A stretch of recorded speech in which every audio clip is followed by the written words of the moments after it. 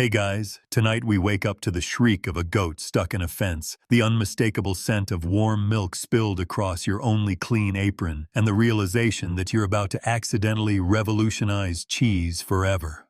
No pressure. Your name is irrelevant, seriously. People will just call you the Milkmaid for centuries. But today you wake up in a creaky timber cottage with straw in your hair and one sock mysteriously damp. The sun hasn't climbed over the hills yet, and the cockerel is already showing off like he's on tour. You shuffle outside barefoot into dew-drenched grass. You're not particularly graceful. Yesterday's toe stub on the butter churn still haunts you. But you manage to scoop up your milking stool, dodge the cranky chicken, and head for the barn. And there she is, Greta, your largest goat, half genius, half criminal. She's managed to wedge herself between two fence posts again, not because she's stuck, but because she enjoys the drama. You tug, grunt, whisper motivational threats, and finally free her. She rewards you by stepping squarely into your milking bucket. You probably won't survive this. So, before you get comfortable, take a moment to like the video and subscribe, but only if you genuinely enjoy what I do here. Also, drop a comment with where you're listening from and what time it is. I love seeing the whole world tucked in together. Now, dim the lights, maybe turn on a fan for that soft background hum, and let's ease into tonight's journey together. You dump the trampled milk onto the compost heap, then glare at Greta, who doesn't flinch. It's not the first time she's sabotaged your morning, and it won't be the last. You trudge back to the barn, fetch another pail, and try again. The thing is, you didn't mean to be a milkmaid. Once upon a time, you were meant to be a scribe. But your handwriting was compared to the scrawl of a pigeon with a grudge, and here we are, among goats. With milk in your hair, it's 1472, give or take. Renaissance Europe is busy inventing painting techniques, political intrigue, and trousers that billow for no reason. But you're inventing cheese, badly, repeatedly, with unintended consequences. You haul the morning's yield, slightly less sabotaged, into your tiny kitchen. Clay jugs line the shelf, most labeled in charcoal. Milk, today, milk, yesterday, milk. Don't open, seriously. You begin churning, expecting butter. What you get is foam. It froths, it jiggles, and at one point it whistles, but it absolutely refuses to become anything useful. The butter churn creaks in protest. You stare into the sloshing depths and say aloud, "I'm sorry, I don't know what you are." The churn responds with a burp. You decide to take a break. While the milk settles and mutters, you wander down to the village square. There's a market this morning. A boy is trying to sell mud as healing clay, and someone's cart of turnips is aggressively on fire.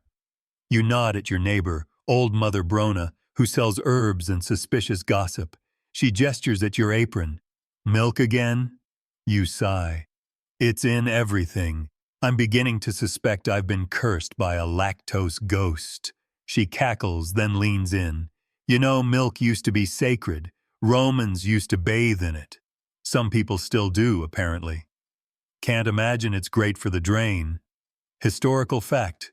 The ancient Romans did believe in the cosmetic power of milk. Cleopatra herself reportedly bathed in it, though scholars debate whether this was daily ritual or well-crafted legend.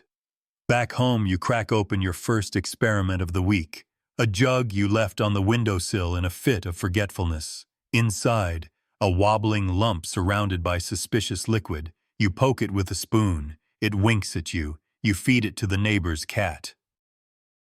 The cat purrs, then climbs a tree and meows in perfect hexameter. That's probably fine. You're beginning to notice that each accidental cheese, though you still hesitate to call them that, has its own personality. Some are crumbly and shy, others bold and stretchy. One sings quietly when left in a warm room. Another attracts bees. You start keeping a notebook. At first, it's just observations. Monday, forgot milk in pantry. Became lumpy, smelled like despair. Wednesday, Greta sneezed into the churn, resulting curds oddly pleasant. Friday, new batch tastes like regret and onions, accidentally fed to Baker. Baker says he sees God now. You stop aiming for butter. You stop aiming for anything. Instead, you start listening to the milk. One morning, you pour the fresh batch into a bowl and whisper, "Do what you want." And it does. Cheese number 1 is born from a left-behind bucket, a warm breeze, and a particularly lazy afternoon. You don't notice it until 2 days later, when it has quietly solidified into something spongy and gently fragrant. You cut off a piece, sniff it, taste it. It's not bad. In fact, it's good, shockingly good, like salted cream with a whisper of meadowgrass and a tiny crunch that might be flower pollen. You offer a bite to Greta, who tries to pretend she doesn't like it but then licks the bowl clean. You bring a piece to Mother Brona. She eats it, then stares into the distance and says, "I just remembered the name of my first love." That night, you write, "Cheese number 1, born of accident and soft weather, made someone nostalgic, probably powerful, hide from monks, because monks are everywhere lately, asking questions, documenting things." Historians still argue whether cheesemaking in late medieval Europe was primarily a monastic craft or a rustic homespun art. In your case, it's more unholy chaos in a bucket. But no one's writing that version yet. You fall asleep with your notebook under your pillow and your kitchen full of cooling jugs. The wind outside smells faintly of dairy and destiny.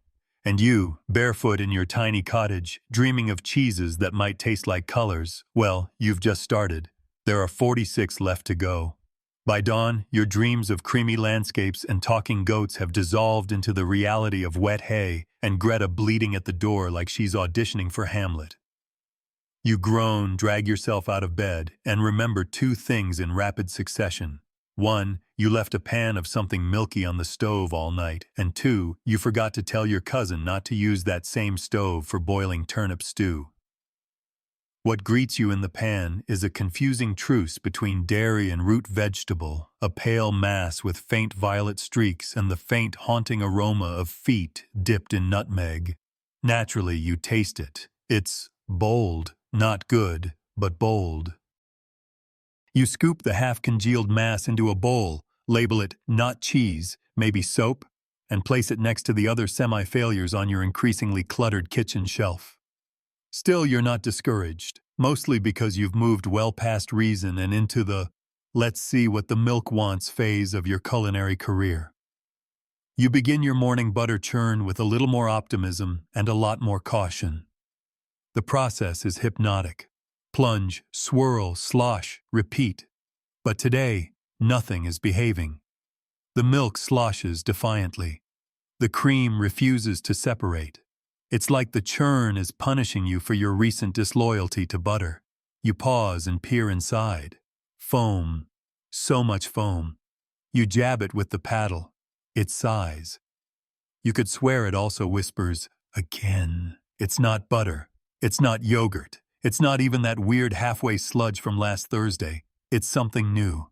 You tip a bit onto a cloth and let it strain. Hours pass. By sunset, you're left with something between a mousse and a ghost. It's oddly fluffy, and when you taste it, your tongue briefly forgets which direction is up. You bring a sample to Mother Brona, as usual. She squints at it, smells it, mutters a protection charm just in case, then pops it into her mouth. She doesn't speak for a long time. Finally, she whispers, "This tastes like how it feels to pet a cloud you're not supposed to touch." You nod. "So, not butter, then?" She nods solemnly. "This is divine sabotage." The word spreads. Within 2 days, people you've never met are knocking on your door, asking about the dream spread. One man offers you a goose in exchange for a spoonful. A woman leaves a bouquet of basil and an unsigned poem about dairy transcendence. You name it, cheese number 2, cloud spoon. That's when things really start to unravel. The mayor visits. He's never spoken to you before, except that one time when Greta ate his shoe. He tries a bite, makes a sound like a flute dying, and immediately declares your kitchen an artisanal dairy zone.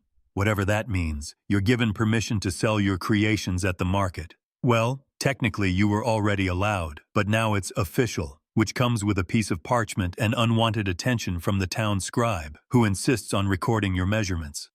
Problem is, you don't use measurements. You swirl, you squint, You sniff the air and sometimes ask the milk for guidance. Explaining this to the scribe results in 7 pages of incomprehensible shorthand, which he labels process unknown, possibly magical. The next batch behaves even stranger. You churn with care, pouring in milk warmed by the early sun, but instead of splitting into butter and whey, the mixture thickens, darkens, and somehow starts to bounce. You try to catch it. It escapes. It lands on the floor with a wet thwap and rolls under the table. You crouch. It's just sitting there, pulsing gently like a contented sponge. You call in your cousin. He pokes it with a ladle. It growls. You name it cheese number 3, trouble milk. Despite its ominous temperament, it tastes spectacular. Nutty, with a sharp edge and a peppery finish. Perfect for bread, terrible for throwing. You write a warning on the jar, do not anger. Later, the neighbor's dog steals it and becomes unreasonably polite for 3 days. Historians still argue whether cheeses of the late 15th century were flavored intentionally with herbs and spices, or if flavor was simply the consequence of the environment. Barn air, wild molds, the occasional bee. In your case, it's a bit of everything, plus the emotional state of the milk. You start to notice a pattern. When you're calm, the cheese sets smoothly. When you're irritated, usually due to Greta chewing on your laundry, it turns volatile. Once you try to make a batch while thinking about your ex. It curdles into a cheese so sour it physically wilts a daffodil. You bury that one behind the compost heap. The worms avoid it. By week's end, you have 7 cheeses, each bizarre, each strangely beloved. The local baker stops by and asks if he can pair your crumbliest one with his crustiest loaf. The combination makes a teenager weep openly. You receive a thank you note written in smudged jam. The baker says, "You've turned milk into poetry." You say, "It's mostly accidents and desperation." He grins, "Isn't that poetry?" One day, you find a wheel you don't remember making. It's pale blue, veined with white, like the inside of a thundercloud. It's soft and cold to the touch, though the room is warm. You take a bite. It tastes like winter. Specifically, the winter your uncle fell into the frozen pond and laughed the whole way down. You call it memory rind, cheese number 8. You skip ahead in your notebook and give it a special page. By now, the villagers have started bringing you their own milk, hoping it will achieve the same magic under your unpredictable hands. You accept it cautiously, half convinced that someone's cow is haunted. One jug fizzes, another flirts. You make something with both. It doesn't last more than an hour before someone steals it from your window. You don't even get to taste it. You name it cheese number 9, the one that got away. You hang its empty cloth in the rafters like a tiny flag of surrender. And through it all, you still can't make butter. No matter what you do, how slowly you churn, how softly you coax, the butter refuses to form. It's as if the dairy has decided, no, you are not meant for butter. So be it. You stare into the churn and murmur, "What are we making today?" The churn doesn't reply, but the milk bubbles. And somewhere in the corner of your kitchen, a half-formed cheese quivers, waiting for its moment. You smile, tuck a curl behind your ear and say, "All right. Now let's ruin everything beautifully."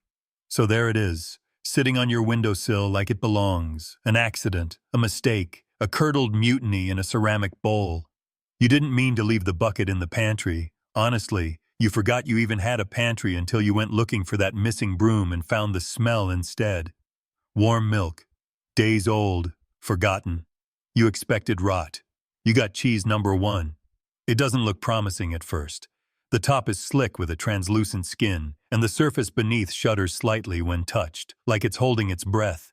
You sniff it. It sniffs back, but you're curious, and you're stubborn, so you cut a slice just to see what's inside. It's marbled, creamy white and honey yellow, like it couldn't decide on a personality and just went with both. You try a nibble. It tastes like everything you didn't know you missed. It's the flavor of that quiet morning before your sister married off and moved 3 hills over. Of the wind just before a storm, of your grandmother's voice calling from the kitchen, "Don't eat that, it's for the festival," as you licked your fingers anyway. You take another bite, and suddenly cheese isn't just cheese anymore. You christen it, cheese number 1, the accident. Not a great name, but you're still not sure you didn't hallucinate it. You wrap the rest carefully and bring it to the village well. You know you're not supposed to share food there, but you do it anyway, offering little slivers on rye bread to anyone willing. The first brave soul is Gerda, the blacksmith's wife. She bites, chews, then closes her eyes like someone just told her a lullaby. She doesn't speak, just gives you a thumbs up and wanders away, humming. Next is old Marius.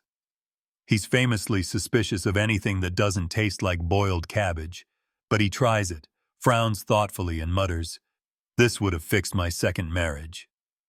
You're not sure if that's a compliment? But then he takes another slice. By sunset, the whole village is whispering about your strange cheese. The baker insists on a sample. The candlemaker offers a trade, 2 tapers for 1 wedge. A traveling peddler tries a crumb and writes, "Mystic Dairy Prophetess," next to your name in his little ledger. That night, as the stars nudge each other across the sky, you sit by the fire, nibbling the last edge of the accident, and wondering if food is supposed to do this, shift people, shift you. Historians still argue whether ancient village cheesemakers intended their flavors or simply stumbled into them with reckless optimism and unwashed hands. You know the truth. Cheese happens when it wants. The next morning you wake to find that someone, probably Greta, possibly the cheese itself, knocked over the bowl where you'd stored the leftover whey. Instead of cleaning it, you stare at the puddle and wonder if there's more to be found at the bottom of things. You begin experimenting in earnest, different temperatures, different buckets. You even sing to one batch just to see. That one smells like betrayal and cinnamon. It becomes cheese number 10, breakup brunch. One morning, while straining a batch through an old linen scarf, you spot something. Tiny holes in the curd, not spoilage, air pockets, intentional ones. They remind you of the stories the old herders used to tell, about spirits who lived in the bubbles of fermenting food, waiting to whisper dreams through burps and breezes. You snort. Then you label the cheese number 11. Whisper wheel just in case they're listening. But then, strange things start happening. You hear stories. Someone dreamed in color for the first time after eating your cheese. Another claimed her bad knee stopped hurting, though to be fair, she also stopped complaining generally, so maybe that's just coincidence. And the cheeses keep coming. One grows blue fuzz that smells like lemon. One hardens so much you can sharpen a knife on it. One, when aged for 6 days in a damp drawer, develops a scent so nostalgic it makes grown men cry. You name that one number 13, Uncle's Shed. Not every attempt is a success. There's cheese number 6, Yell Curd, which spontaneously releases high-pitched shrieks when sliced. It's banned from the town square after giving 3 chickens anxiety. There's the brick-like number 12, Jawbreaker, which cracked your cousin's molar and caused him to finally admit he hates dairy. But the flops make the triumphs sweeter. One afternoon you forget a batch outside during a rainstorm. When you find it, it's soaked through, sagging, and smells like wet socks and birthday cake. You taste it anyway. It's perfect. Soft, tangy, and somehow hopeful. You don't name it right away. You just sit with it, watching clouds slip behind hills, and realize your cheeses aren't just flavors. They're accidents with memories. The townsfolk begin showing up with requests. "Can you make one that tastes like spring?" asked the miller's daughter. "Something to help my aunt sleep," says a boy with hay in his boots. A man in a very large hat says nothing, just places a coin on your sill and gestures meaningfully toward his stomach.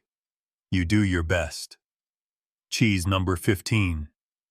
Nap time is steeped in lavender and goat's milk, aged 3 days in silence.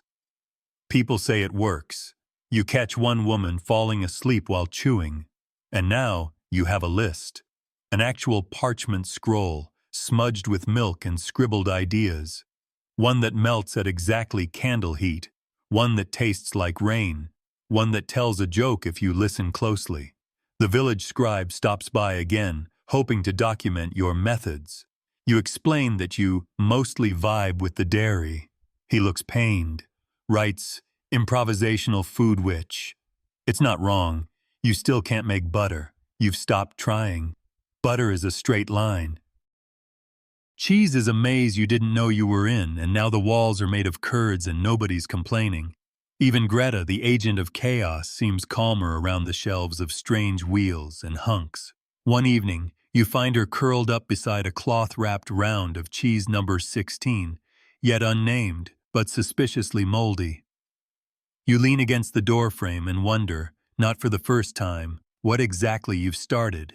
And the cheeses wait, quietly evolving. The first thing you notice the next morning is that someone has carved a heart into the side of your goat shed. It's not a particularly well-done heart, more like two potatoes bumping foreheads. But the message is clear. Someone in the village is smitten. You're not sure if it's with you or your cheese, possibly both. You emerge into the dawn air, warm and slightly sour with the smell of drying rennet, to find a small queue forming at your garden gate. 3 people are holding empty baskets. One has brought a wheel of bread in exchange. Another has a goat on a leash with a sign tied to its neck reading, "For cheese." The goat looks mildly embarrassed. So this is your life now. You lay out the wedges from your latest batch on a wobbly bench, 7 wheels, 5 logs, and something you tried to roll into a ball, but which somehow became a pyramid overnight. Cheese number 17, you whisper to yourself, now with geometry. Your first customer is the baker. She's never smiled at you before, not once, even when you returned her pan, and now she's nearly blushing as she holds out her calloused hands for a sample. You hand her a slice of the mildly tangy, crumbly goat cheese and watch her chew. She chews. Then, she swoons. Actually swoons. You panic slightly, thinking she's fainted, but no, she steadies herself against your fence and breathes out, "My gods, it tastes like a picnic I forgot I went on." You nod. You have no idea what that means. The next man, a traveling wheelwright, trades you a finely carved cheese knife in return for something sharper than his mother-in-law. You give him cheese number 19, razor's edge. He laughs so hard he nearly chokes. By noon, you've got 3 marriage proposals, one from someone who's already married, and a suspiciously large number of requests that include the phrase, "just a bit more of that blue one." You discover that word of mouth is faster than a sprinting child with gossip to tell. And that's exactly what's happening. Children literally sprinting, breathlessly informing nearby farms. The cheese woman is selling today. You're not entirely comfortable with the cheese woman as your new title, but you admit it beats that girl who yelled at a goat for 20 minutes. The village elders stop by too. Usually they keep a polite distance from your oddities, preferring fermented turnips and judgment. But today, one of them takes a small taste of cheese number 21, Sagebrush Dream, and sighs like a mountain just relaxed. He mumbles something about culinary alchemy and pretends not to smile. Then comes the boy. No name, just a boy with tangled hair and quiet eyes. He doesn't ask for cheese. He just stands at the edge of your little shop that's not a shop and watches. Finally, you break a piece of the rind-heavy cheese number 22 traveler's crust and hand it to him. He nods once and vanishes into the trees. You don't see him again for 2 weeks. You begin to wonder if he was real. That night, under the soft orange flicker of a tallow lamp, you nibble your own creation and marvel, not at the cheese, but at how you have changed.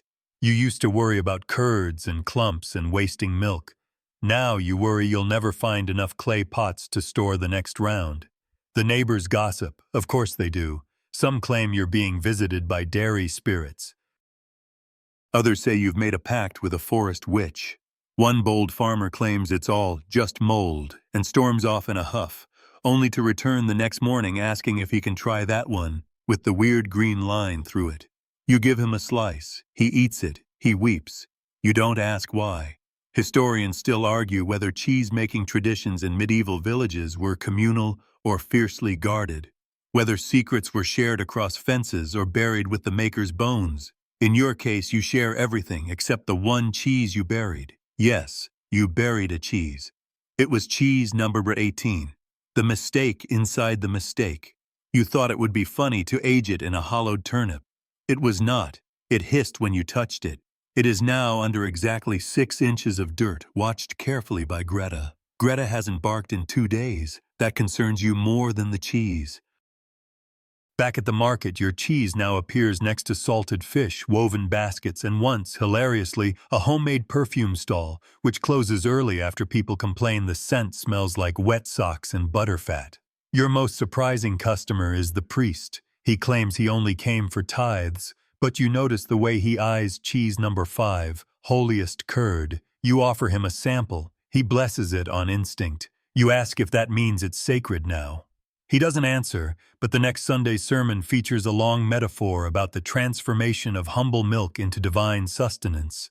You giggle through half of it. Soon your shelves fill with cheese wheels wrapped in linen, leaves, and that one time, accidentally, a child's lost mitten. You apologize. The child demands cheese in return for silence. Smart kid. Cheese number 24, blackmail curd. Your popularity grows to such an extent that one woman stops by just to smell your house. Not you, not the cheese, just the air around your windows. "Oh, it smells like new beginnings," she sighs, slightly creepy, but sincere. You begin to keep a little journal now. Nothing fancy, just scraps of cloth and smudged chalk. But it helps. Notes like, "Too much time, Eo's headache plus dreams of frogs. Do not age cheese near the outhouse again. Do not combine cheese number 6 with mead. Learn that the hard way." And through it all, you start to feel something strange, something low and quiet, but insistent. Pride. You never asked to become the village's flavor prophet. But here you are, and people are laughing more, eating slower, sitting in the sun with crumbs on their shirts and ridiculous smiles. You've changed something, and while you don't fully understand what it is, or what's coming next, you feel the shape of it rising behind you, like a wheel rolling downhill, or a goat plotting something. Same thing really, it begins with a knock. Not a regular knock, mind you, not the friendly, rhythmic raps of a neighbor stopping by for cheese, nor the impatient thumps of someone needing to borrow your bucket for the 7th time, looking at you, Elna. No, this knock is soft, reverent, like someone is unsure whether you are human or deity. You open the door expecting the wind or a child playing tricks, but there stands a man in a weathered brown robe, soaked from the knees down and clutching a carved walking stick as if it's the only thing keeping him from dissolving into mist. "Blessings upon your curd," he says without blinking. You blink enough for both of you. You offer, holding a wedge of cheese number 25, Meadows whisper like a peace offering. He doesn't take it. He just steps inside, dripping and humming, looking around your cluttered, sour-scented cottage like he's stumbled into a cathedral. "My name is Brother Rennet," he says, and you almost drop the cheese. Because that is not a name, it's an omen.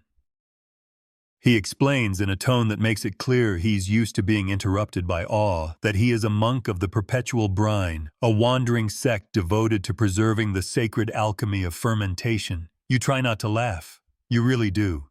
But then he says their sacred symbol is a spoon. A spoon. You laugh. He doesn't. Instead, he removes a bundle from his robes, a wrapped package, tied with twine and smelling faintly of caves, and sets it gently on your table. "This," he says, "is a gift from the monastery of Saint Lactose." You open it and immediately recoil. Inside is something blue, lumpy, and glistening, with a smell that could politely be described as regret-forward. It looks like it's still deciding whether it wants to be food or threat. You lean closer. It's moving. "Yes," he says, "that means it's ready." You poke it with a stick. It hisses. Despite all reason, you taste a crumb and blast it. It's delicious, like walnuts soaked in rainwater and secrets. Sharp. Dense. Strange in a way that makes your toes curl. "Teach me," you whisper, half mocking, half begging. He nods solemnly, then immediately steals your spoon. Thus begins the brief and bewildering tutelage of the monk. Each morning he rises before you, humming hymns to Mother Milk. He's eerily good at finding the exact moment curds are about to turn. He explains the difference between noble mold and sinister rot, using hand gestures and deeply concerning metaphors involving frogs. You discover he can quote ancient dairy scrolls in 3 languages. He claims one cheese can only be stirred counterclockwise at dawn, and another must be sung to. You assume this is nonsense until you hum to cheese number 28, velvet fade, and it develops a perfectly creamy core. Historians still argue whether medieval monks actively contributed to cheese innovation or just hoarded the best recipes in cellars that smelled like wet parchment and mushrooms. Your vote? Definitely the latter. Brother Rennet is a mixed blessing. On one hand, he introduces you to ash-rubbed rind techniques, beeswax sealing, and something called washed cheese, which sounds like a hygiene campaign but actually involves bathing a wheel in brine and beer. He also drinks a lot of your beer. On the other hand, he insists on chanting every time you open a new batch, and one day you catch him whispering to your cheeses. You ask what he's saying. He replies, dead serious, encouragement. You're still trying to decide if he's a genius or entirely unhinged when you invent cheese number 29, accident with honey. This one begins as a mistake, too much wildflower honey, not enough patience, and ends with a soft, amber-veined wheel that makes people sigh uncontrollably. You give a slice to a normally grumpy shepherd who hasn't smiled in years. He eats it, he dances, he weeps, he proposes to a tree. To be fair, the tree was quite handsome. Even the animals start acting strange around your cheeses. Cats perch on your windowsill, tails flicking with curiosity. Birds peck at your rinds and then refuse to leave. One goat stares for so long at cheese number 30. Blue eclipse. You start to worry it sees the future. Brother Rennet watches all this with smug serenity, like he knew cheese was the true cosmic force all along. Then one evening, he's gone. No note, no warning. Just a swirl of footprints in the dirt and your favorite spoon missing. Again, you find a wedge of his monastery cheese left behind and a small parchment scrap tucked under it. Bless the mold, trust the stir, always skim with intention. You roll your eyes but still pin the note above your hearth. You've barely processed his departure when your next visitor arrives. Not at your door, but through your roof. It's a squirrel, holding cheese. Your cheese. It's the blue one. You stare at it. It stares back. It takes a bite. You're not sure what this means. But Greta barks, and the squirrel disappears in a blur of fur and fungal elegance. Later that week, the village miller claims her daughter heard cheese singing. Singing, not metaphorically. Actual humming. The sound of wind and river and maybe a lute string out of tune. You check the batch. It's cheese number 31, melody and mold. And yep, it hums when the breeze hits it just right. You stare at it for a long time. You think of Brother Rennet wherever he's gone. You think of spoons and fermentation prayers and cheese that hisses. You think maybe, just maybe, you're not inventing these cheeses. Maybe they're inventing themselves. The village begins to talk of you in whispers again, but this time the whispers are wonder, not wariness. Old women bring you herbs blessed by moonlight. Children write songs about your wheels. Someone paints your likeness on the side of the bakery. It's not flattering, but the cheese looks great. You feel it now, something stirring beyond your cottage walls, a tide of taste, rippling outward, reshaping your sleepy little world, one wheel at a time, and just as you're drifting to sleep, head full of brine and beeswax and vaguely sentient cheese, you hear humming from the pantry, again. So it turns out cheese isn't supposed to bark. But here you are, staring down at cheese number 7, bark, bark, bark, as it lets out a very audible, very deliberate woof when you prod it with a stick. You drop the stick. Greta, your ever-loyal mutt, bolts from the room in a fit of what you can only describe as professional confusion. She's used to barking, sure, but not from dairy. You pick the wheel up gently, like it might sprout legs. It's an odd one, pale orange rind, little pockets of trapped air that make a faint yipping sound when squeezed. The barking doesn't happen often, just when it wants to, like a moody opera singer with fur, or a sentient balloon. Now most people at this point would burn the thing, bury it in the forest, pretend it never happened and go back to normal bark-free cheese. But you wrap it carefully, place it in the good pantry, yes, the one without the weevils, and label it numbered 7, do not slice when sleeping. 2 days later, the magistrate's assistant, who you suspect is half dust and half wine, comes knocking. Apparently there's been a complaint. You brace yourself. Too much mold again. Another spontaneous proposal in the town square, but no. He reads stiffly from a wrinkled parchment. 1 count of sorcery by dairy, and 1 count of excessive canine impersonation by wheel-shaped foodstuff. You sigh. It barked once. That's 1 time too many, he says, underlining something. People are afraid.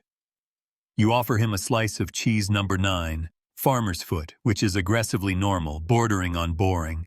He refuses, muttering about protocol and protective charms. An hour later, the magistrate himself shows up.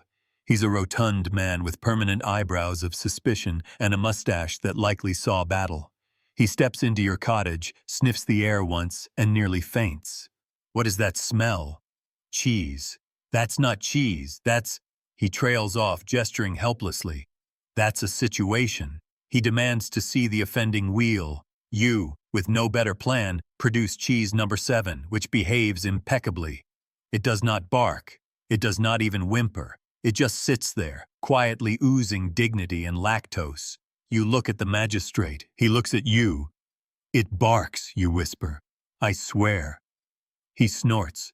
Right, and my wife's cat recites poetry. He grabs a knife and slices off a bit before you can stop him. You flinch. It barks. Loudly. The magistrate drops the slice, eyes wide. Greta howls from the other room. There's a pause. Then, to your utter surprise, the magistrate grins. Do it again. You slice another piece. Another bark. It's less a threat and more a squeaky shoe in winter, but it's enough. The man is delighted. He immediately declares cheese number 7 a miraculous curd, orders 3 wheels for himself, and coins the phrase, blessed by the brine, which he then tries to trademark. Historians still argue whether the magistrate genuinely believed the cheese to be divine or just saw a delicious opportunity to finally be liked. The man's approval ratings were low, very low, something to do with an unpopular salt tax, and that time he tried to outlaw singing after dark. Either way, cheese number 7 goes from outlawed to celebrated. Children request it at market stalls. Artists sketch it with halos. Someone even writes a song, although it's mostly barking and awkward lute solos. You sell out in a day. Now, of course, people want more. They come to your cottage at odd hours, offering goats, yarn, and sometimes their second most precious child in exchange for a wheel. You make a batch of cheese number 10, whisper puff in an attempt to replicate the phenomenon, but it's just quiet, lovely, creamy, but utterly silent. You wonder what made number 7 special. Was it the weather? The singing monk spores? The fact you stirred it with that stick you accidentally dropped in the compost bin? Fringe dairy historians, and yes, they do exist, would later posit that the combination of certain wild yeasts and ambient barn acoustics may have created unique gas pocket formations that echoed vocal patterns. But that sounds like someone trying very hard not to say, the cheese was just weird, okay? You keep experimenting. Some batches fizz, some gurgle. One batch hisses in a way that makes you reconsider your life choices entirely. None bark. And then, out of desperation or curiosity, you try aging cheese number 7 in a barrel of turnip brine. The result, cheese number 13, barrel hound. It doesn't bark. It growls, politely, the kind of sound that suggests, I could bite, but only if you insult my lineage. The magistrate declares it regal. His assistant develops a twitch. Soon your pantry is organized by noise level, muted, purring, growling, barking, and dangerous when upset. People begin gifting you earplugs. A traveling minstrel writes an entire ballad titled The Curd That Cried. It's deeply dramatic, includes 3 costume changes and a goose. You realize you may have started a cheese-based cultural movement, accidentally. Again, one particularly rainy night you sit by the hearth, Greta at your feet, a steaming cup of spiced milk in your hands. Don't judge, it helps you think. You listen to the distant woof from the pantry, now oddly comforting. You wonder, how did this happen? You used to be a simple milkmaid. Now you're curating an edible symphony. Your wheels don't just age, they evolve, they perform. And part of you worries that the next cheese might do something even weirder, like talk, or worse, sing in harmony. But for now, you smile, leaning back in your chair, the warm scent of barky cheese wafting around you, and think, maybe tomorrow you'll try fermenting one with apples. What's the worst that could happen? The problem with inventing 47 cheeses, especially by accident, is that not all of them are agreeable. Some will charm nobles, some will bark unexpectedly, and some will stink so badly that your walls try to crawl away. You discover this the hard way when cheese number 14, Widow's Cough, decides to reach maturity in a cupboard it was never meant to enter. A dark, damp little space behind the stove, where air goes to die and spoons go to disappear forever. You find it 3 weeks later when a faint hissing noise draws your attention. You open the door cautiously, expecting a raccoon or perhaps a very angry spirit. What you find instead is a wheel of cheese wrapped in a film of something best described as fuzzy dread. It exhales as you lift it, literally exhales, and you nearly fall backwards from the smell. Imagine feet, no worse, feet inside boots, inside fear. You name it Widow's Cough because your neighbor Ida smells it once and coughs for the next hour. She says it's revenge for all the times your goats ate her fence. You don't correct her. Now the weirdest part, it's kind of good. Once you get past the olfactory onslaught, the taste is buttery, complex, and strangely floral. You wouldn't serve it to someone you like, but if you wanted to impress a very judgmental grandmother or possibly exorcise a kitchen, it might do the trick. Still, your cottage smells like betrayal.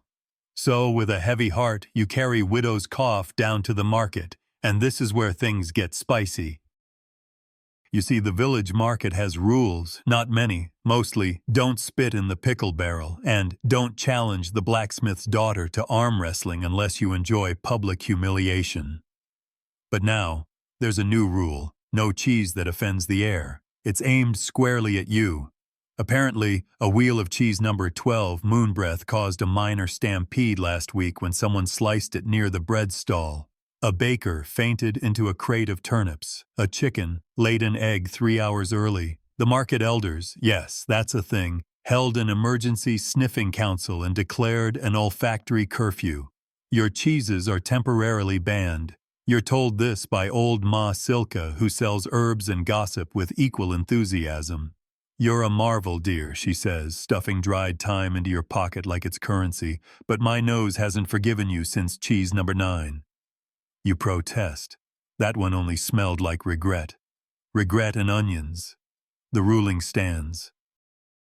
Frustrated, you haul your cheeses back home. You try opening the windows, but Widow's Cough has stained the air. Birds refuse to land near your roof. A cloud changes direction. Even Greta, loyal soul that she is, chooses to nap in the woodshed.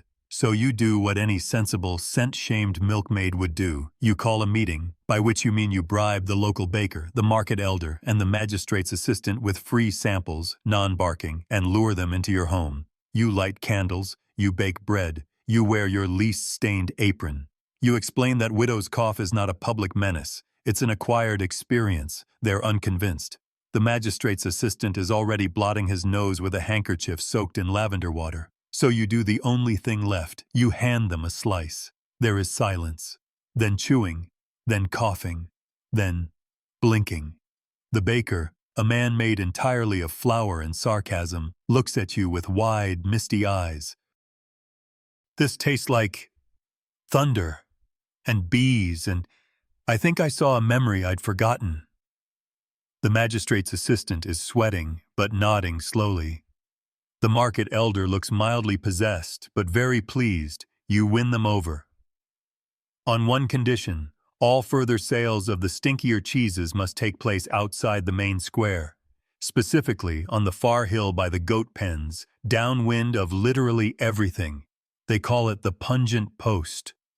You set up a little stand, paint a sign that reads "Cheeses of Character," and add a subline in tiny letters, "Breathe at your own risk."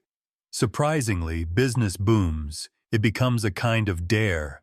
Locals show off by sniffing and surviving. Teenagers try to impress their sweethearts by nibbling cheese number 15, Dragon Belch. You don't ask how that one happened. You're still not sure.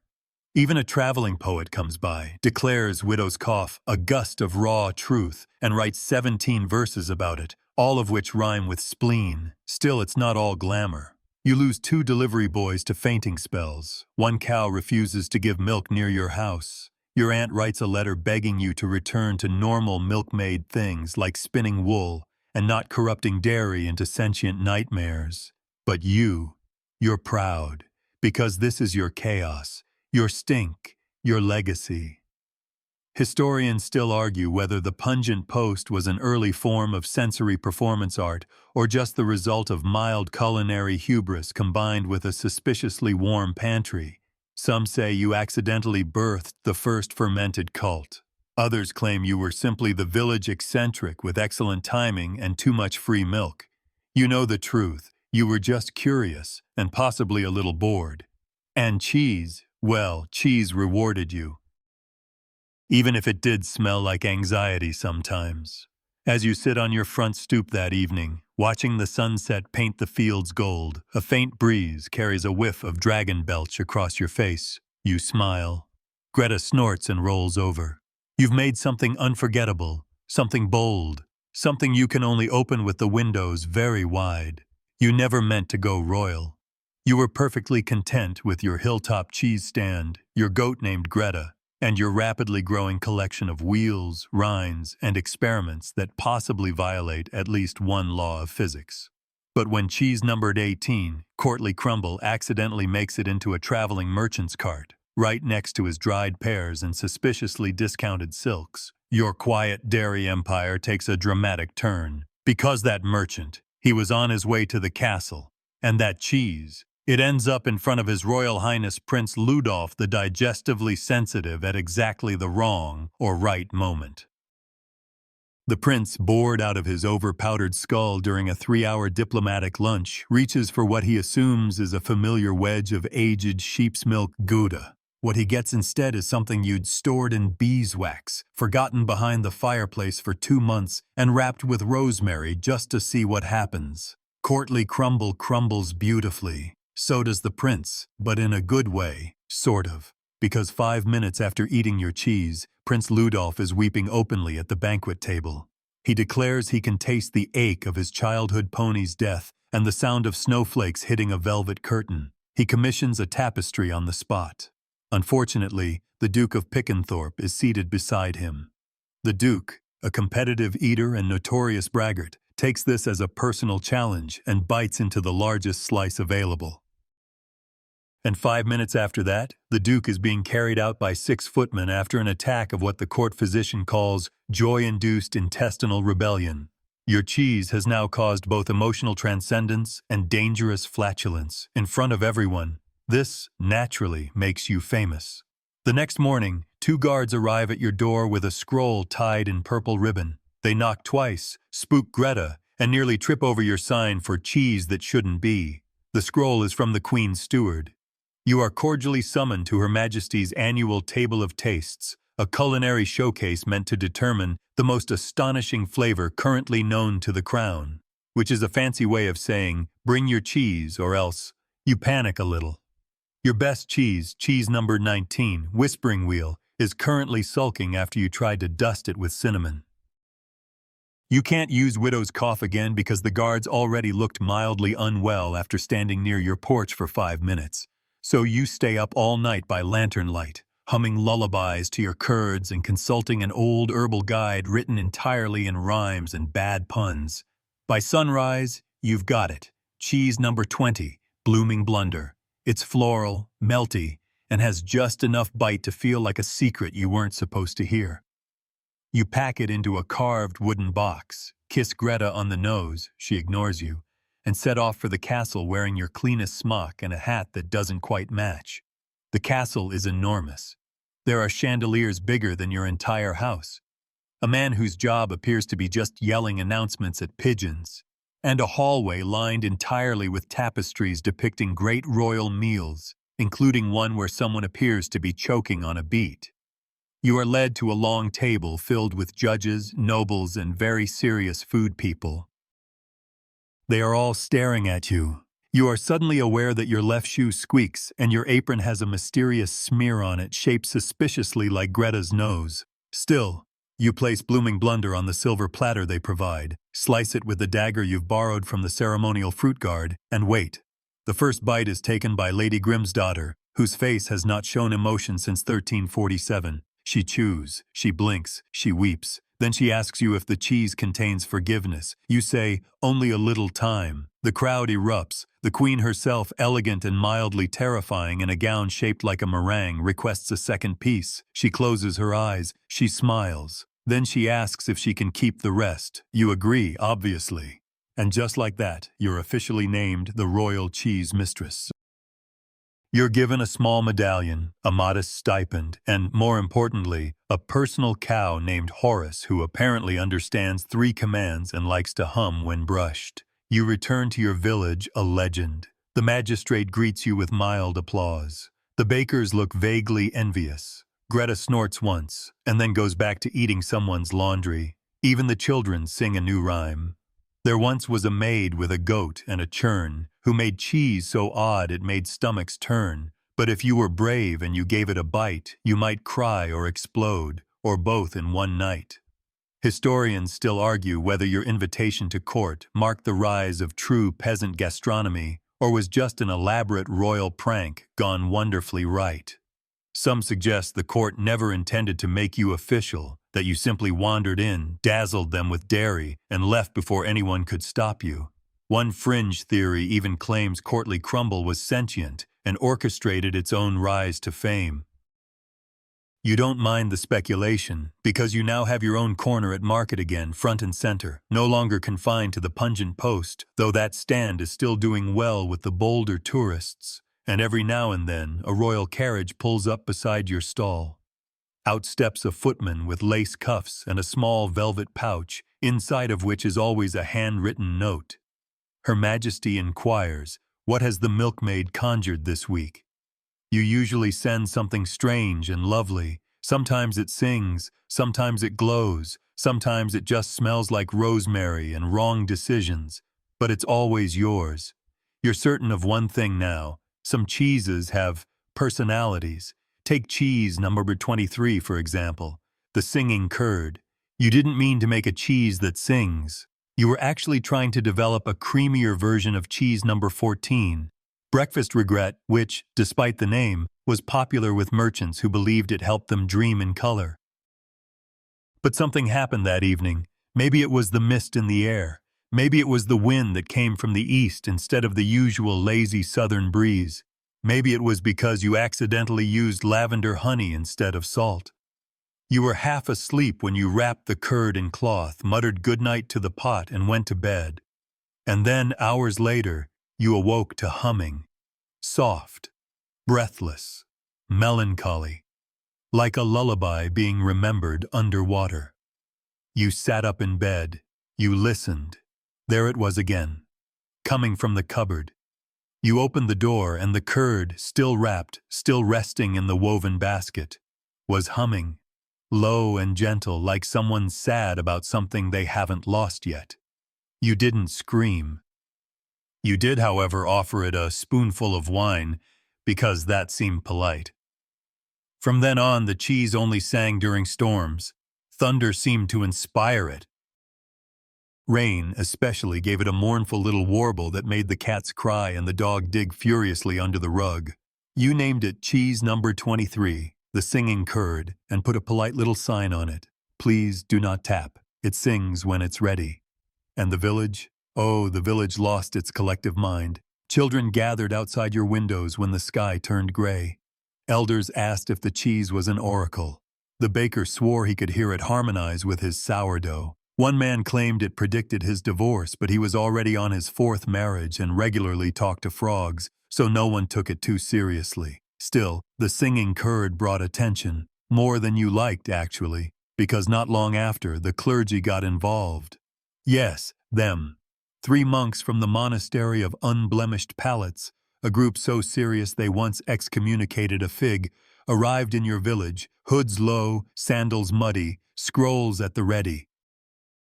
They declared your cheese an unnatural phenomenon that invites dangerous influences and possibly bad metaphors.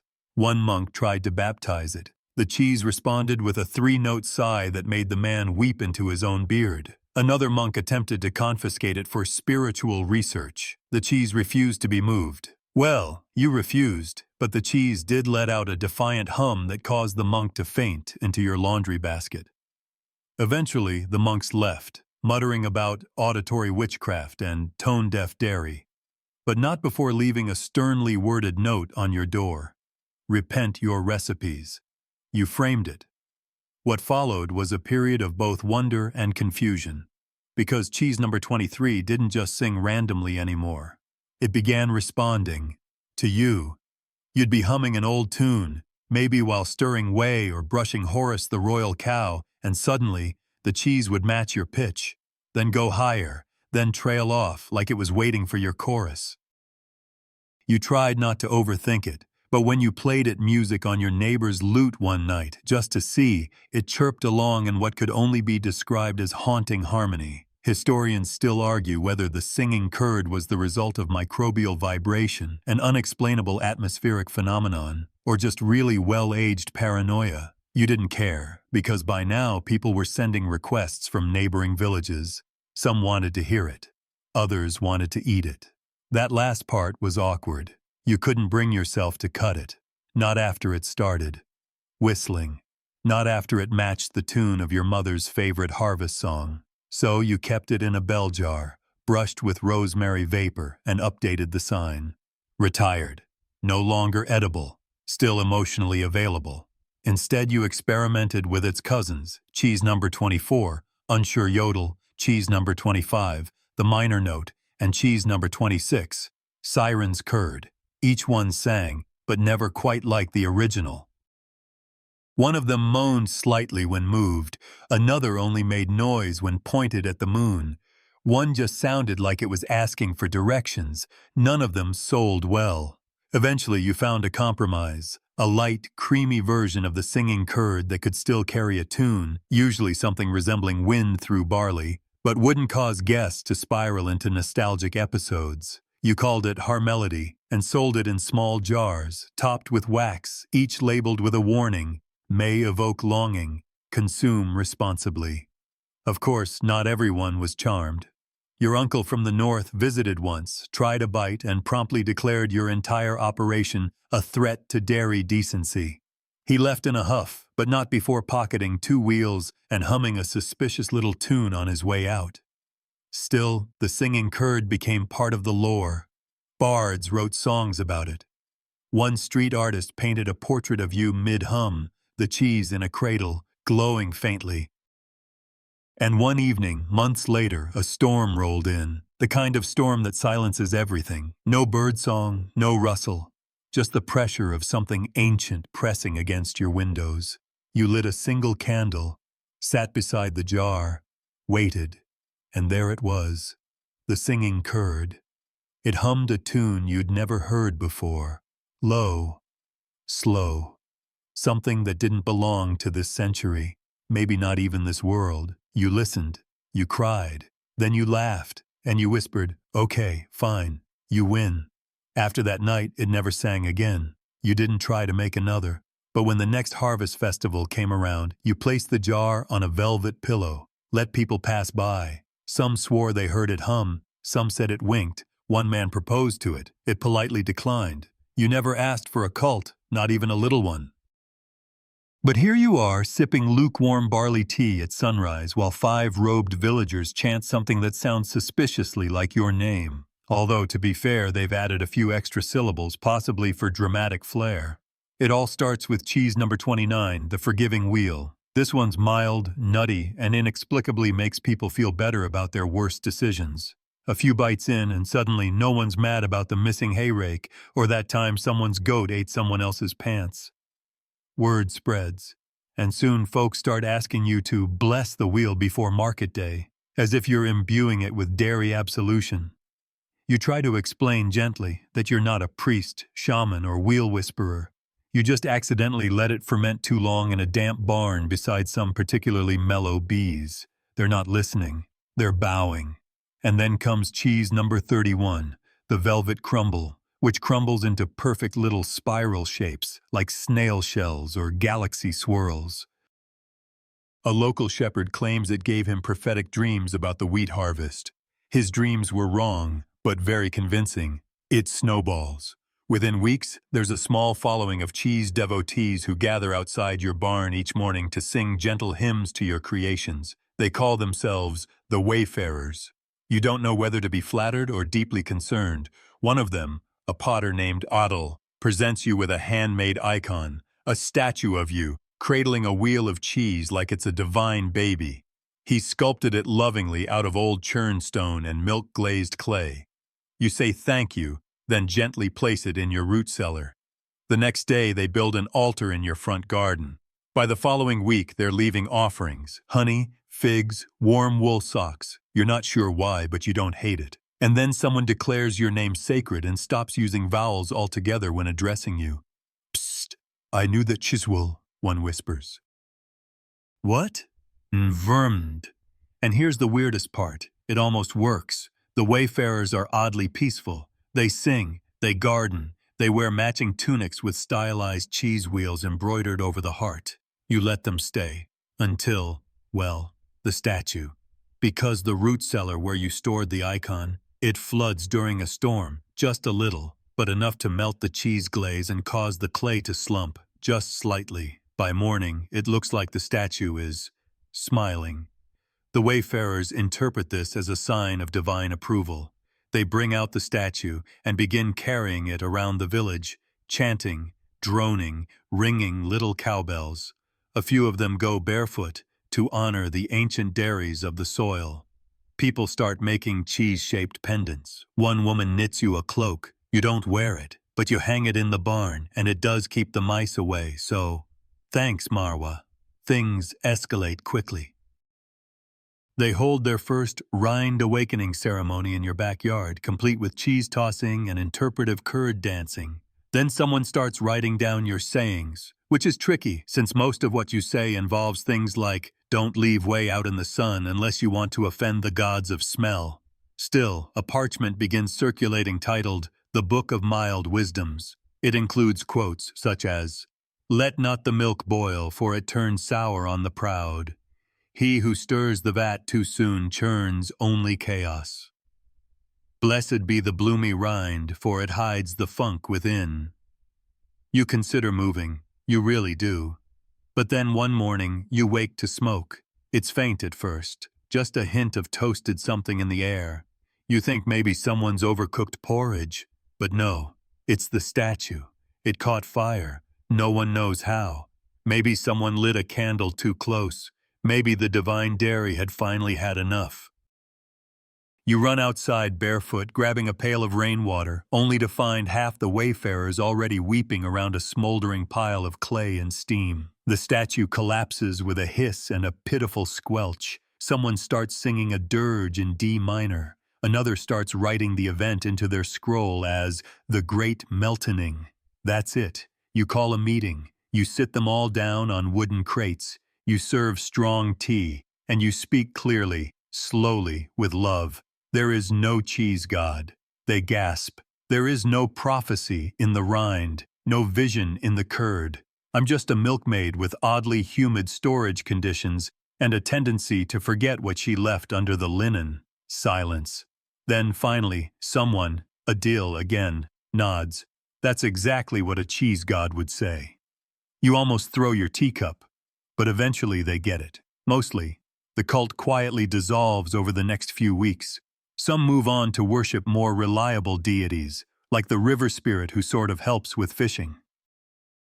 A few still leave you offerings now and then, mostly fruit. Once, a very respectful goose. You thank them. You feed the goose. You get back to work, but not without a lingering sense that maybe, just maybe, there's something in the way cheese brings people together. In all its strange smells and stranger miracles, even if it did set your garden on fire, you're almost certain it didn't float. You left cheese number 34, a stout little wheel with a golden rind and suspiciously hollow middle, on a cooling shelf by the riverbank. It was only for a moment, just long enough to help a neighbor catch a runaway duck. You do that sort of thing now. Apparently cheese inventors are honorary town troubleshooters. But when you returned, gone, not rolled, not eaten, gone. You even checked downstream, squinting through reeds and swatting away dragonflies, hoping to see a bobbing golden disk among the ripples. Nothing. You shrugged, wrote it off as eaten by spirits, your go-to excuse for anything inconvenient now, and moved on. There were cheeses to birth, mold to consult. Life goes on. 3 weeks later, a Viking shows up. No one knows his name because he doesn't speak any of your languages. He arrives in a boat covered in carved dragon heads, with a beard so large it has its own weather system, and a belt made of what may or may not be someone else's belt. He's grinning. He's holding cheese number 34. He slaps it down on your counter like it's a war trophy, grunts something cheerful, and gestures to your shelf of cheeses as if to say, "More, please." You blink. You offer him cheese number 11, hoping it doesn't make him sneeze like it did the magistrate. He bites it like an apple, nods sagely, and then tosses it behind him like an unworthy sword. He only wants number 34, which he's now named Ostblot, a word he mimes as cheese of battle triumph, or possibly cheese of mild emotional resilience. You are too stunned to argue. Turns out, he and his crew were feasting in a seaside inlet miles from your village. They'd been stranded after a minor navigational incident involving stars, beer, and someone named Frecky who cannot read maps. As they sulked, your cheese number 34 allegedly floated to their shoreline in a twist of divine timing. They cut into it with the ceremonial blade, used previously for salted pork and oaths, and found the flavor to be nutty, defiant, slightly haunted. They took it as a sign. They claim the cheese gave them the strength to row home. Others say they just sobered up. Historians still argue whether it was the cheese or the tide. What no one disputes is that the cheese has since been adopted as a sacred victory food among at least one branch of this Viking clan. You didn't ask for this. But now you're being offered 2 silver arm rings and a carved walrus tusk in exchange for the recipe. You try to explain that it was a mistake. They insist mistakes are sacred. That's practically their whole brand. So you try to recreate cheese number 34. You fail. The first attempt smells like damp socks and betrayal. The second one deflates like a flan in a thunderstorm. The third is eaten by a passing raven, which then spends the next 5 minutes just sort of sitting there, meditating. The Viking watches all of this with patient amusement. Eventually, you hand him a slightly dry wheel of cheese number 17 and a wink, praying he doesn't notice. He doesn't. Or he does and considers it part of the mystery. Either way, he leaves happy. You think that's the end of it? Until the stories start trickling back. A merchant passing through the lowlands tells you the Viking clan now reenacts the arrival of the sacred cheese during their midsummer feast. A cheese wheel is floated ceremonially down a stream, followed by interpretive rowing and mild shouting. They carve little cheese boats. They sing odes. They call you the Lady of the Lost Wheel. You're not sure how to feel about this. You'd hoped for a quiet life, maybe one with fewer reenactments and definitely fewer songs about dairy bobbing through destiny. Still, there's something sweet about it all. You picture them, rough warriors in bear cloaks and braids, gathering around a smuggled cheese wheel, murmuring thanks before slicing it like a sacred artifact. One merchant even shows you a miniature statue of you made from carved driftwood, again holding a cheese like it's a sun disk. You've seen a disturbing number of those statues now. And while they're wildly inaccurate, your nose is not that pointy, thank you very much. You can't help but admire the craftsmanship. One even has movable arms. Why? No one knows, possibly for ritual cheese tossing. You think of floating cheese and fateful tides. Of all the places your creations have gone, on foot or river or whispered legend. You picture a world dotted with strange gatherings, monks aging your wheels in cool stone cellars, sailors trading a sliver of funk for safe passage, children daring each other to lick the rind that glows, and then you smile, because maybe, just maybe, that's what cheese is really for. Not perfection, not control, but serendipity, a little chaos, a little luck, a whole lot of milk and mold and mystery. You write cheese number 34, Ostblot, on your list. Add an asterisk. And beside it, may or may not float again, do not attempt indoors. You didn't ask for war. You just wanted to churn milk into delightful, questionably safe solids. But now it seems you've sparked a silent feud with the town's bakers. At first it's subtle, a snub here, a dry comment there. Someone accidentally leaves a rock-hard sourdough in your path, nearly shattering your ankle. You catch murmurs in the marketplace. Too many cheeses on that platter, and we need truth, not curds. They think you've stolen the spotlight. You didn't mean to, but yes, when a wheel of your cheese explodes politely in the presence of heat and becomes a local delicacy, people talk. And yes, the mayor may have suggested renaming Bread Week to Fermentation Fortnight. That was unfortunate. Tensions rise. The bakers begin leaving increasingly elaborate loaves outside your dairy, shaped like skulls, snakes, and, once, an aggressively detailed butter churn. It's artful, passive-aggressive, flour-dusted warfare. You retaliate, obviously, not with violence. No. With cheese number 29, a sharp, bold wedge that pairs terribly with all known breads. It clashes on every level. Textural nightmare, flavor confusion. It's like biting into a philosophical debate. You gift it to the head baker with a smile. He thanks you through gritted teeth. The next day, your morning milk has been salted. Not just salted, brined.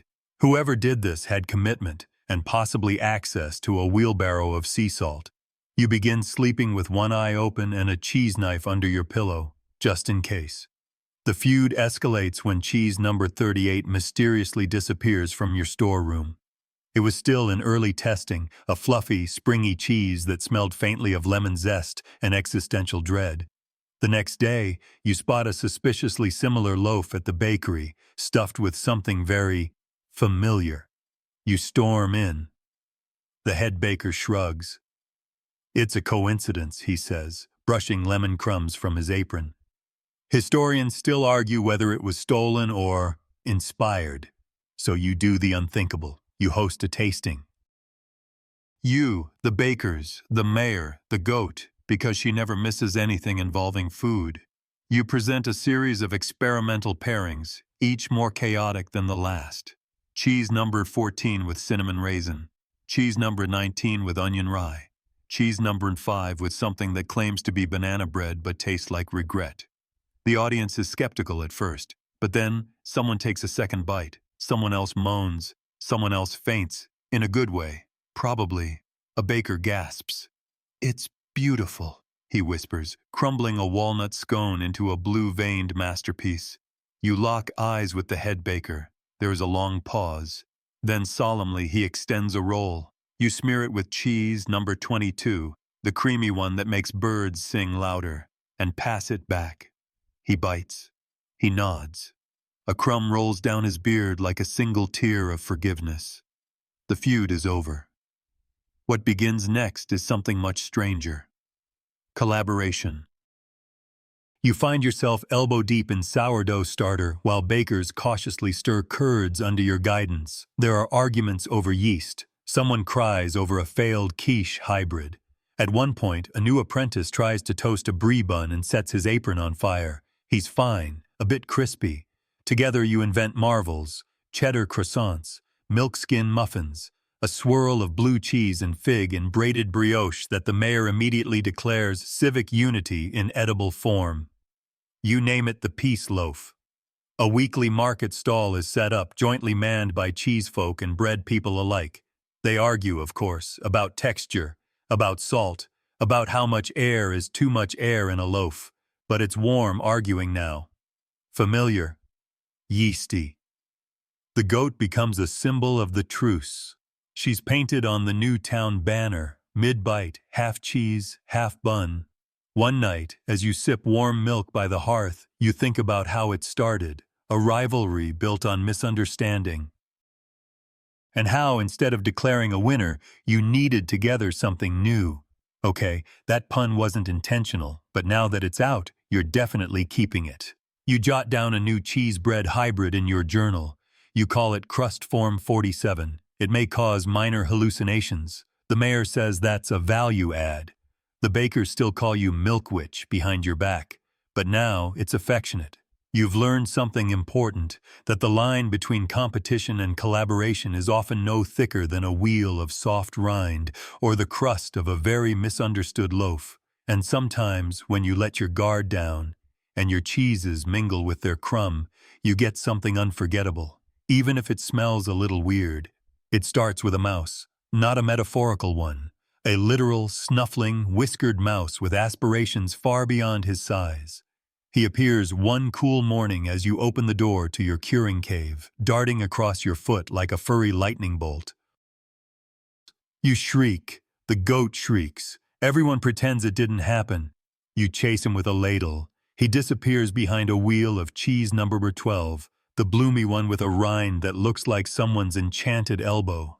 You catch a glimpse of his beady eyes, entirely unrepentant, and just like that, he's gone again. You think it's over. It's not. Over the next few days, small clues emerge, nibbles too neat to be accidental, a wedge mysteriously dragged an inch to the left, a tiny paw print in the ash-dusted rind of cheese number 40. It's an organized operation. Then one morning you find a perfect bite missing from cheese number 3, the creamy triple cream that even you treat like treasure, and next to it, a single glinting acorn. Payment. The mouse is trading. You stare at the acorn. It's flawless. No cracks, no rot, not even dirt. This mouse is better at bartering than most people you know, so you leave a sliver of cheese number 6, the one that smells like fog and broken promises, beside the acorn. The next morning, gone, replaced with a snail shell, iridescent, spiral perfection. You don't tell anyone, not yet. This feels delicate, magical. Like speaking it aloud might snap the thread. The trades continue, a beetle wing, a single black pearl, a dried sprig of something that smells like midnight rain. Each time the cheese disappears. Each time the gift is stranger, more beautiful. You begin to leave little messages, just a word or two scratched into soft bark or left in charcoal beside the cheese. Hello. Nice taste. Who are you? No reply. Just trades. One night, you sit up in bed and realize you are in business with a mouse guild, a rogue society of tiny merchants, perhaps, exchanging cheese for wonders of the world in miniature. Historians still argue whether this was early evidence of animal bartering economies or just a particularly resourceful rodent with aesthetic flair. Either way, you're charmed. Eventually, the townspeople find out. Someone spots you tucking a blueberry-sized moonstone behind a wheel of cheese and demands answers. You tell them the truth, which, unfortunately, is the most interesting possible version of the truth, and now the whole village is enchanted. The mayor insists on ethical partnerships. Someone draws up a mouse commerce charter. Children leave out breadcrumbs shaped like coins. There's a parade. Of course there's a parade. And then one morning the mouse brings you a map. Not a real map. A scrap of parchment, clearly clawed from someone's book, with an intricate set of scribbles and lines. It doesn't make sense. Not at first. Then you notice the markings align with your cheese shelves. It's a layout, a pattern, a strategy. He's mapping the cheeses, not just stealing, cataloging. You are being studied by a mouse, and oddly, you're flattered. You lean into it. You begin labeling your cheeses in 2 languages, one for humans and a series of dots and paw-sized glyphs you invent just for him. You set aside a little wheel each week. Cheese number 41 becomes the Guild Reserve, a crumbly, smoky cheddar that pairs well with intrigue. Eventually, you leave him a ribbon. Red velvet. No reason, just felt right. The next day, it's gone. A week later, you spot him, standing upright on the windowsill, ribbon tied boldly around his tiny mouse chest like a sash. A merchant, a prince, a diplomat of dairy. The goat bows. You bow too. The relationship becomes legend. Visitors come from far-off towns hoping to witness the mouse exchange. Some bring offerings. Most leave disappointed. It's not for show. The mouse only trades with you, and sometimes the goat. You think she might be smuggling milk in exchange for shiny pebbles, but you're not here to judge. Scholars visit. They theorize.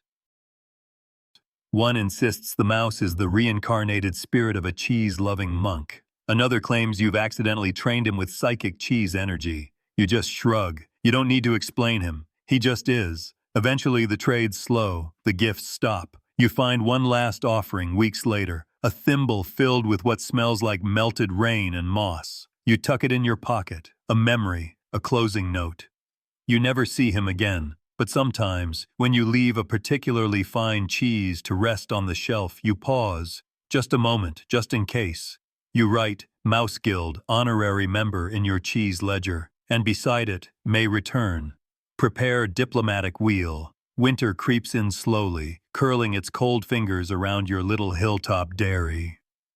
The air shifts from ripe and floral to sharp and smoky, like the scent of cold stone in old wood fires. You find yourself layering up, not just in wool, but in memories too. It's cheese aging season. Everything slows.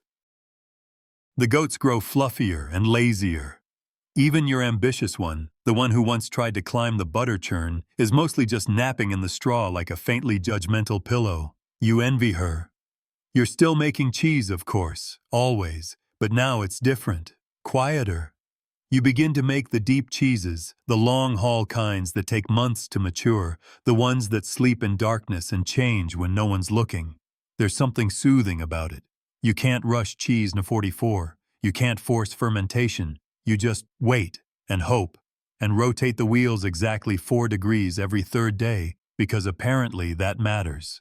Even if it doesn't, especially if it doesn't. Historians still argue whether ancient dairy makers really understood the microbiology of cheese, or if they were just very good at pretending they did. You suspect it was mostly vibes. On long, chilly evenings, you sit by the fire and sketch cheese names you haven't invented yet. You imagine a cheese that changes flavor depending on who slices it. A cheese so silent it dulls noise. A cheese that hums at night and never tells you why. Cheese number 45 is accidentally invented when a lump of dough falls into a brine vat and you just leave it there. 3 weeks later you taste it and say something very unladylike. Then you take a second bite. It's sour, salty, weirdly bouncy. The mayor calls it emotional. You name it regret ball. You now have a waiting list. Strangely, people find solace in your oddities. The whole village has changed, not just because of the cheese, though sure that helps, but because of how it changed you. You used to be just a milkmaid. Now you're a local eccentric, an unintentional inventor, and the person who once taught a goose to taste cheese blindfolded. Not everything is perfect, of course. There was that one cheese that caught fire. Technically a success, depending on your view of flammable snacks. And there's that weird group from the next village who keep asking to join the cult. You don't have a cult, you just like curds. Though, you did make robes once, for fun. You start hosting tiny workshops, not formal, just curious folks from nearby who want to learn. You don't teach with lectures, you just let them stir, smell, fail, try again. There's something peaceful about watching someone realize they can coax flavor out of bacteria and patience. One of them is 12 and insists on inventing her own cheese called Stormbite. It smells like ash and tastes like winter.